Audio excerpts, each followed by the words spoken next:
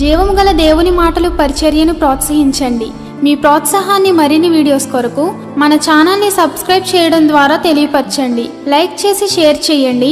ఈ సువార్త పనిలో మీరును పాలుభాగస్తులు కండి. జీవంగాల దేవుడి మాటలు వింటున్న మీ అందరికీ వందనాలండి. జీవంగాల దేవుడి మాటలు ఈరోజు మీతోని నాతోని ఏం మాట్లాడుతున్నారో విన్నావా? మరి ప్రియా దేవుడి సంఘస్థులారా, ఈరోజు వాక్యాంశము లోతే బారేడు వరకు సింహాసనం వరకు. హల్లెలూయా. ప్రియా దేవుడి సంఘస్థులారా, మీరంతా బాగున్నారు కదా? దేవుడి కృప చూపించి మనకి మరొక నూతన రోజు అనుగ్రహించారు. ఆయన మన గొప్ప చేయడానికి, ఆయన మనం అందరం ప్రకాశించడానికి మరి ఉదయకాలమే లేచి ప్రార్థన చేసుకున్నారా? బైబిల్ చదివారా? మరి ఇంకా ప్రార్థన చేసుకోకపోతే తొందరగా ప్రార్థన చేసుకోండి. బైబిల్ చదవండి. అనేకుల కొరకు ప్రార్థించండి. ఎంతోమంది సేవకురాలు బలహీనమైపోయారు, ఎన్నో ఇబ్బందులు పడుతున్నారు. వారికి సంపూర్ణమైన ఆరోగ్యాలు, వారికి ఏది కొదువున్నప్పుడు దేవుడు సహాయం చేసి బలంగా దేవుడు వాడుకోవాలి. దేవుడి పరిచర్యలని ప్రార్థన చేయండి. అలాగే పరిచర్య చేస్తున్నవారు, ఎంతోమంది సువార్త ప్రకటిస్తున్న వారికి ఎన్నో ఆటంకాలు, ఎన్నో ఎదురుపోట్లు ఎదురవుతున్నాయి వాళ్ళకి. మరి మొన్నటి దినాన్ని చూస్తే ఒక సేవకుని చంపేశారు. కాబట్టి ఇలాంటి దాడులు జరగకుండా దేవుడి సువార్త దేవుడికి మహిమకరంగా జరగాలని ప్రార్థన చేయండి. అలాగే ఈ దినము జీవంగాల దేవుడి మాటల్లో ఏం మాట్లాడుతున్నారో మొదటి నుంచి చివరి వరకు విందాం. ఆ రీతిగా మన హృదయాలు సరిచేసుకుని ప్రభు రాకకే సిద్ధపడదాం. ఈరోజు వాక్య భాగము 2 సమూయేలు గ్రంథము 9వ అధ్యాయం 5-6 వచనాలు. అప్పుడు దావీదైన మనుషులను పంపి హృదయ భారమునున్న అమేలు కుమారుడు కనుక మాటేరింటి నుండి అతన్ని రప్పించింది. హల్లెలూయా. ప్రియా దేవుడి సంఘస్థులారా, ఈ దినం పరిశుద్ధాత్మ ద్వారాగా ప్రభు మనకి ఇక్కడ తెలియజేస్తున్న మాటలు ఏంటంటే, ఇక్కడ యోనాతాను దావీదు గారు మంచి బెస్ట్ ఫ్రెండ్స్. యోనాతానికి ఒక కొడుకు ఉన్నాడు. ఆ యోనాతాను చనిపోయాడు. మరి కొన్నాళ్ళు గడిచిపోయింది. యోనాతాను కొడుకు ఎక్కడున్నాడని మరి దావీదు మనుషులు పంపించి విచారణ చేశాడు, అంటే పరిశోధించాడు. అతడు ఒకళ్ళ ఇంటిలో ఉన్నారని ఇక్కడ తెలుస్తుంది. మెఫీబోషెతు దావీదు దగ్గరకు వచ్చి సాగిలపడి నమస్కారం చేశారు. మెఫీబోషెతుని మరి దావీదు పిలిచాడండి. దావీదు పిలిస్తే మెఫీబోషెతుని నీ చిత్తము నేనున్నాను అని ఇక్కడ మెఫీబోషెతు చెప్పడం జరిగింది. ఇక్కడ మెఫీబోషెతు సంగతి మనం చూసుకుంటే, మరి అతను చిన్నప్పుడు జరిగిన సంగతి వల్ల మరి నడవలేని పరిస్థితికి వెళ్ళిపోయాడు. 2 కాళ్ళు పోయినాయి అతనికి. లోతుబారు అంటే హీబ్రూ భాషలోని ఇది మాట లేని చోటు అని అంటారు, లేక మేత లేని చోటు కూడా అంటారు. అంటే అది ఒక ఎడారి ప్రాంతం అని కూడా అనొచ్చు. ఆశ లేని స్థితి అనొచ్చు, లేదంటే మరి ఇంకా శారీరకంగా బాధపడుతున్న స్థితి అండి. ఈ మెఫీబోషెతు అన్న అతను ఇతనికి 2 కాళ్ళు పడిపోయిన వ్యక్తి. ఆ కాలంలో కాళ్ళు లేని వారిని, వికలాంగుల్ని సమాజం చాలా తక్కువగా వారిని చూసి వారిలో ఒక భయం కలుగు ఉంటారు. ఎందుకంటే కొత్త రాజు వచ్చినప్పుడు పాత రాజు మరి పాలించిన జనాలను అందరినీ కూడా అంతం చేయడం లేదా అణగతొక్కడం జరుగుతూ ఉంటుంది. మనము చూస్తూ ఉన్నాం కదా ఇప్పుడు దేశ నాయకులు ఎలా ఉంటున్నాయి పరిస్థితులు. ఆ కాలంలో కూడా ఇలాంటి ఉంది. అందుకే మెఫీబోషెతు ఇతడు మరి ప్రాణ భయముతో అక్కడ ఒక ఇంటిలో దాక్కోవడం జరిగింది. హల్లెలూయా. ఈ గుత్తంతం అంటే ఈ రోజు దేవుడు మనతో చెప్తున్న మాట, నిజమైన స్నేహం ఎలాగుంటుందో దేవుడు చెప్తున్నాడండి. మన పరమ స్నేహితుడు కూడా మన వెడల ఇలాగే చేశాడండి. హల్లెలూయా. అయితే దావీదు గారు తన స్నేహితుడు యోనాతాను చాలా కాలం, బహుకాలం గడిచిన తర్వాత కూడా తన స్నేహితుడు మరి తన పట్ల ఉన్న ప్రేమను మర్చిపోలేదు, అది జ్ఞాపము తెచ్చుకున్నాడు. ఈ దేవుడి ప్రేమకి సాదృశ్యమండి. హల్లెలూయా. మెఫీబోషెతు ఒకటి చచ్చిన కుక్కండి. అతను 9 నుంచి 8 వరకు పోల్చుకుంటూ ఉంటాడండి అతను. కానీ అంత నిస్సాతిలో ఉన్నాడు. కానీ దేవుడు మనతో కూడా, మనము కూడా ఇలాంటి స్థితిలో ఉన్నప్పుడు మనల్ని కూడా దేవుడు కనికరించాడండి. హల్లెలూయా. దావీదు ఎలాగైతే తన స్నేహితుడు కొడుకు కొరకు వెతుకులాడాడో, దేవుడు మనల్ని కూడా వెతుకులాడాడండి. ఎతుక్కొని మన వద్దకు వచ్చి తన బంతి దగ్గర, అంటే తన సింహం దగ్గర మనల్ని కూర్చోబెట్టుకుంటాడండి. హల్లెలూయా. మాకేరు పాత్ర మనం చూడొచ్చండి. ఇతడు కూడా మరి ఇతడికి స్థానం ఇచ్చాడు, ఇతనికి మరి దయ చూపించాడు. ఇతను కూడా గొప్ప మరి మనం చూడొచ్చు. అంటే ఒకరు కష్టాల్లో ఉన్నారంటే వారికి అండగా నిలబడడం అది సామాన్య విషయం కాదండి. ఇక్కడ ఎవరు కష్టాలు ఉన్నారు? రాజు కుమారుడే కష్టాల్లో ఉన్నప్పుడు ఇక్కడ మరొక వ్యక్తి సాకరగా నిలిచాడండి.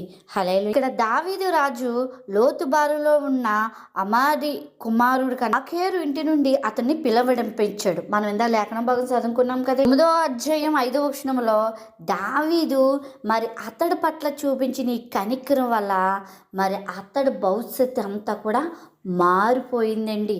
హల్లెలూయా. అడుగుల్లో ఉండిపోయాడండి అతను. కానీ ఎప్పుడైతే కనికరం పొందుకున్నాడో ఆ వ్యక్తి రాజభవనంలోకి చేరాడండి. హల్లెలూయా. అంతే కదండి, ఈ మెఫీబోషెతు ఎప్పుడైతే రాజ్య మందిరంలోకి వెళ్ళాడో మరి అక్కడికి వెళ్ళిన తర్వాత దావీదు రాజుగారు అతడికి ఏమేమి ఇచ్చాడో కూడా చూద్దాం. ఇక్కడ మరి దావీదు గారికి మెఫీబోషెతు మధ్యన జరిగిన సంభాషణే కాదు, ఈ ప్రేమే కాదు, ఒక రాజు కనికరం పొందుకోవడమే కాదండి, సహాయమే కాదండి, దేవుడు అపరితమైన కృపకు నిలువు అంటే ఒక ఉదాహరణమేమాట, నిలువైన ఒక ఉదాహరణ చూడొచ్చు. దేవుడు ఈ దినం మనకు చెప్తున్న మాట, దేవుడు నీ అడ్రస్ మర్చిపోడు. నీ స్థితి ఏదైనప్పటికైనా నీ వద్దకు నెతుక్కొని వస్తాడు. హల్లెలూయా. సహోదరా సహోదరాల, ఈ మాటలు ఏంటుంది మీరు ఎవరైనప్పటికీ కూడా, ఇతడు మరి విసర్జించిన వాడు ఇతను ఇంకా తునీకరించిన వ్యక్తి మాట ఇతను. కానీ రాజు అయిన దావీదు దృష్టిలో ఒక కట్టలేని విలువైన మనిషి ఏంటంటే తన స్నేహానికి ఏదైనా గుర్తు ఉన్నాదని పరిశోధించి తెలుసుకోక మరి తన కుమారుడు ఉన్నాడని తెలుసుకొని ఆ ఇంటికి వెళ్ళి అతన్ని తీసుకొచ్చాడండి. హల్లెలూయా. దేవుడు విలువైంది ఏదైనా మన దగ్గర ఉన్నదంటే మనమేనండి. దేవుడు మనల్ని కూడా ఇలా వెతుకుతూ మనల కొరకు దివారాత్రులు దినవెళ్ళ ఆయన చేతులు చాచి ఉంచాడు. ఆయన వద్దకు వస్తామని ఆయన మనుషులు పంపిస్తున్నాడని మన దగ్గరికి. మరి ఎలాగంటే వాక్యం ద్వారాగా వాక్యం పంపిస్తున్నాడు, మరి సేవకుల ద్వారాగా పంపిస్తున్నాడు, ప్రవచనాల ద్వారాగా మాట్లాడుతున్నాడు, దర్శనాల ద్వారాగా మాట్లాడుతున్నాడు. కానీ నువ్వు ఏ స్థితి అయినా సరే ఆయన వద్దకు చేరాలి. మనం రాజకుమారం పిల్లలమే, కానీ తొక్కపడ్డాం, మన పరిస్థితులను బట్టి తొక్కపడ్డాం, మన పాపాలను బట్టి తొక్కపడ్డాం. కానీ దేవుడు మళ్ళీ నిన్ను వెతుక్కొని వచ్చాడు ఆయన వద్దకు తిరుగు రమ్మని. మరి ఉన్న పలంగా ఆయన వద్దకు చేరుతున్నావా? హల్లెలూయా. దేవుడు నీతో చెప్తున్న మాట, నీ సందేశంగా నీతో చెప్తున్నాడు ఆయన. ఏంటంటే నేను ఒంటరిదాన్ని అయిపోయినాయి, నేను ఒంటరి వాడిని అయిపోయినాయి, నన్ను ఎవ్వరూ పట్టించుకుంటలేదే అని నువ్వు అనుకుంటూ ఉన్నావే. దేవుడు నిన్ను వెతుక్కుంటూ వస్తాడు. నువ్వు ఎక్కడున్నా సరే ఆయనకి తెలుసు. 2 అనోకులు అంటే పనికి రాని వారికి, అర్హత లేని వారికి అర్హత కలగడం మాట. అంటే మెఫీబోషెతు ఇతడు తన కాలవతో నడవలేని వ్యక్తి, 2 కాళ్ళు లేని వ్యక్తి. ఏ కోసన కూడా దావీదుకి పనికి రాని ఒక మనిషి అండి అతడు. అయినా దావీదు అతన్ని పిలిపించాడండి. ఇది మనకి చూసుకుంటే మన రక్షణకి సాదృశ్యమండి. మనం ఎందుకు పనికిరాం, కానీ దేవుడు మనం పిలిచి ఆయన రక్తంలో కడిగాడండి, ఆయన రక్షణ మనకి ఇచ్చాడండి. హల్లెలూయా. దేవుడు చెప్తున్న మాట, ప్రియ సహోదరా సహోదరాల, దేవుడి కొరకు మనం దేనికి పనికిరాం, ఏమీ కూడా చెయ్యలేం. మన భక్తి కూడా సరైనది కాదు, సరైన ప్రార్థన లేదు, సరైన నిలకడి లేదు. మన కేవలం ఆయన కృప ద్వారాగానే మనల్ని ఆయన బిడ్డలుగా పిలుచుకుంటాడండి. హల్లెలూయా. తర్వాత చూస్తే భయము నుండి, అంటే 3వది చూసుకుంటే మనం భయము నుండి ఆయన ధైర్యంగా లోకి తీసుకొస్తున్నాడు. అంటే ఇక్కడ బ్రతుషా చూసుకుంటే ఇతడు ఈ కాళ్ళు లేని వ్యక్తి చూసుకుంటే మరణ భయముతో ఉన్నాడండి. ఎప్పుడైతే దావీదు దగ్గర నుంచి పిలుపు వచ్చిందో ఇంకా భయపడిపోయాడండి. ముందే భయంతో ఉన్నాడు, ఇంకా భయపడిపోయాడు. ఎక్కడ నన్ను ఈ రాజు చంపేస్తాడా, నేను ఇలా కూడా బ్రతకనివ్వడానికి భయముతో ఉండిపోయాడండి. ఇంకా భయము, అసలు ముందే భయము, ఇంకా భయముతో ఉంటే ఎలాగుంటుంది? మనకి చీకటి అంటే భయమండి. సడన్గా చీకట్లో కరెంట్ పోతుంది, ఇంకెంత భయపడిపోతాం. మనకి పాము అంటే భయం కదండి, నాకైతే చాలా భయం అండి. పాము అంటే భయం, సడన్గా పాము కనబడుతుంది, ఇంకెంత భయం ఉంటుంది, ఇంకా భయం ఉంటుంది కదా. అలాంటి సిచ్యువేషన్ ఎదుర్కొన్నాడు ఇతను. ఇక్కడ మంచి దేవుడు చేశాడండి. ఇక్కడ ఇదే చూసుకుంటే మన జీవితంలో కూడా అంతే. ఏంటి దావీదు విషయంలో అతడు భయపడ్డాడు తప్ప దావీదు ఇచ్చిన పిలుపు అతనికి అద్భుతం చేసింది. మళ్ళీ రాజు స్థానంలోకి చేరిపోయాడు, రాజు ఇంటిలోకి చేరిపోయాడు. అక్కడి నుంచి భయకంతుల్లో ఉన్న మళ్ళీ అదే స్థితిలోకి వచ్చాడండి. హల్లెలూయా. తన తండ్రి ఉన్నప్పుడు అతన్ని ఎలా చూసుకుంటాడో అదే రీతిగా రాజు అయిన దావీదు ఆ కుమారుని చూసుకున్నాడండి. మనల్ని కూడా దేవుడు, మనం ఇంకా భయపడతాం కానీ దేవుడు ఇచ్చిన పిలుపు మనకి మేలే తప్ప కీడే మాత్రం కాదండి. దేవుడి పిలుపుకే లోబడాలి. ఎందుకు మనం భయపడాలి? దేవుడిని రెక్కల చోటు దాక్కుంటే మనకంతా క్షేమమేనండి. హల్లెలూయా. మృతి బ్రోసిత్తిని ఉన్న స్థానంలో కూర్చోబెట్టలేదండి. మనల్ని కూడా ఆయన పిలుపు తగ్గగా మనం లోబడి ఆయన వద్దకు చేరిన ప్రతి ఒక్కరిని కూడా ఉన్న స్థానంలో నిలబెడతాడండి. హల్లెలూయా. ఇక్కడ చూడండి, ఇక్కడ మెతుస్సులకి ఏమేమి జరిగినాయో మనం చూద్దాం. ఇందాక చెప్పాను కదా, దావీదు పిలుపు కొరకు మృతి బ్రోసిత్తు మరి వచ్చిన మేరకు తనకు జరిగినది ఏమిటనగా తను పొందుకున్న మేలులు ఏంటంటే మేలు దాన్ని ఎవరైనా చూడండి, ఆస్తి పునరుద్ధరణ, పౌలుకి కలుగున్న భూమి ఆస్తి అంతటిని కూడా దావీదు మృతి బ్రోసిత్తుకి విచ్చేశాడు. రాజు మర్యాద కూడా దక్కిందండి. అంటే మృతి బ్రోసిత్తు ఒక సాధారణ వ్యక్తిగా బ్రతకూడదు, ఇంకా రాజు కుమారుడుగా బ్రతకాలి, రాజు ఉన్న ఇంట్లో నివసించాలి. ఆ వాగత కూడా కల్పించారండి. రాజు బంతి దగ్గర భోజనం అండి, ఇది అన్నిటికంట గొప్ప గౌరవమే. ఒక రోజే 2 రోజులండి భోజనం తినేది కాదండి, జీవితకాలం అంతా రాజు బంతి దగ్గరే సమానంగా కూర్చొని తినే భోజనం బంతి దగ్గర అవకాశం కలిగిందండి.